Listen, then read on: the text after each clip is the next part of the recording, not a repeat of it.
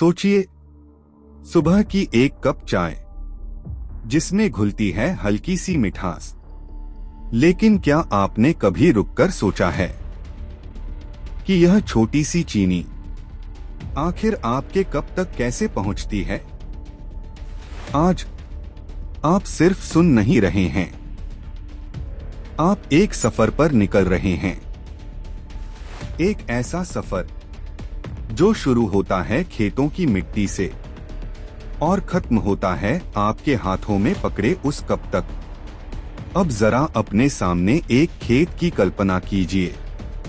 लंबे लंबे हरे गन्ने हवा के साथ धीरे धीरे झूमते हुए। यहीं से शुरू होती है कहानी। किसान सुबह सूरज निकलने से पहले ही खेत में पहुंच जाता है। वह मिट्टी को तैयार करता है, उसे जोतता है, उसमें नमी बनाए रखता है। फिर गन्ने के छोटे छोटे टुकड़े, जिन्हें सेड्स कहा जाता है, उन्हें मिट्टी में लगाया जाता है। धीरे धीरे कुछ दिनों में मिट्टी के अंदर से हरे अंकुर निकलने लगते हैं।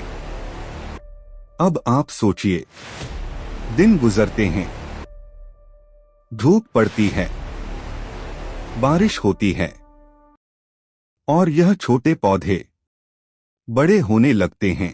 अब समय है कटाई का।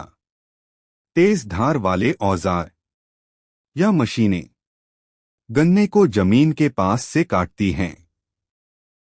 और अब यहां एक अहम बात, कटने के बाद गन्ना ज्यादा देर तक नहीं रखा जा सकता, क्योंकि उसकी मिठास कम होने लगती है। इसलिए बिना समय गवाए उसे ट्रकों में भरा जाता है और सफर शुरू होता है फैक्ट्री की ओर। अब आप हमारे साथ फैक्ट्री के गेट पर खड़े हैं। एक के बाद एक ट्रक अंदर जा रहे हैं। सबसे पहले वजन होता है ताकि हर किसान को उसका सही हक मिल सके। फिर गन्ना उतारा जाता है और एक बड़े कन्वेयर बेल्ट पर डाल दिया जाता है। अब मशीनें जाग चुकी हैं। धीरे धीरे गन्ना आगे बढ़ता है। उससे पत्ते, मिट्टी और कचरा हटाया जाता है। और अब वो पल आता है जब गन्ना पहली बार मशीन से टकराता है। क्रशिंग मशीन, भारी रोलर्स पूरी ताकत से घूमते हुए गन्ना उनके बीच जाता है और दबते ही उससे रस निकलने लगता है। आप कल्पना कर सकते हैं कैसे मीठा रस धीरे धीरे बह रहा है।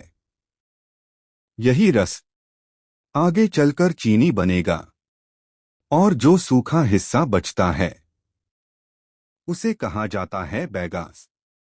और दिलचस्प बात, यही बैगास फैक्ट्री की भट्ठियों में जलाकर बिजली बनाई जाती है।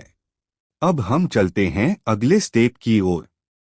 रस अभी साफ नहीं है, इसमें कई अशुद्धियां हैं, इसलिए इसमें चूना मिलाया जाता है और इसे गर्म किया जाता है। धीरे धीरे गंदगी ऊपर आकर अलग हो जाती है और नीचे बचता है साफ रस। अब यह रस बड़े बड़े बॉयलरों में जाता है जहां इसे उबाला जाता है। आप देख सकते हैं भाप उठ रही है, पानी उड़ रहा है और रस गाढ़ा होता जा रहा है। अब यह सिरप बन चुका है। और अब सबसे जादुई पल, क्रिस्टल बनना। धीरे धीरे इस सिरप में छोटे छोटे दाने बनने लगते हैं, जैसे कोई जादू हो रहा हो। अब यह मिश्रण जाता है एक तेज मशीन में। सेंट्रीफ्यूज तेज घूमती है और चीनी को अलग कर देती है। जो तरल बचता है वह मोलासेस कहलाता है। अब चीनी को सुखाया जाता है। गर्म हवा धीरे धीरे नमी हटाती है, फिर उसे ठंडा किया जाता है।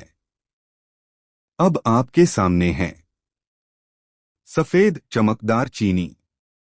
लेकिन अभी एक आखिरी स्टेप बाकी है।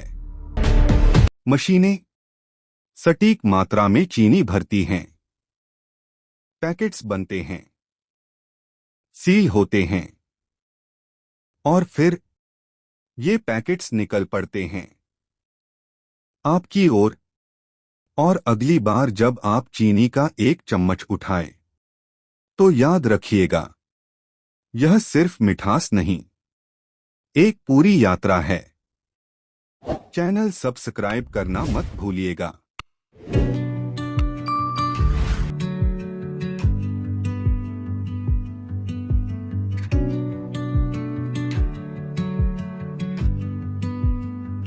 From the depths I call to you, chains of sorrow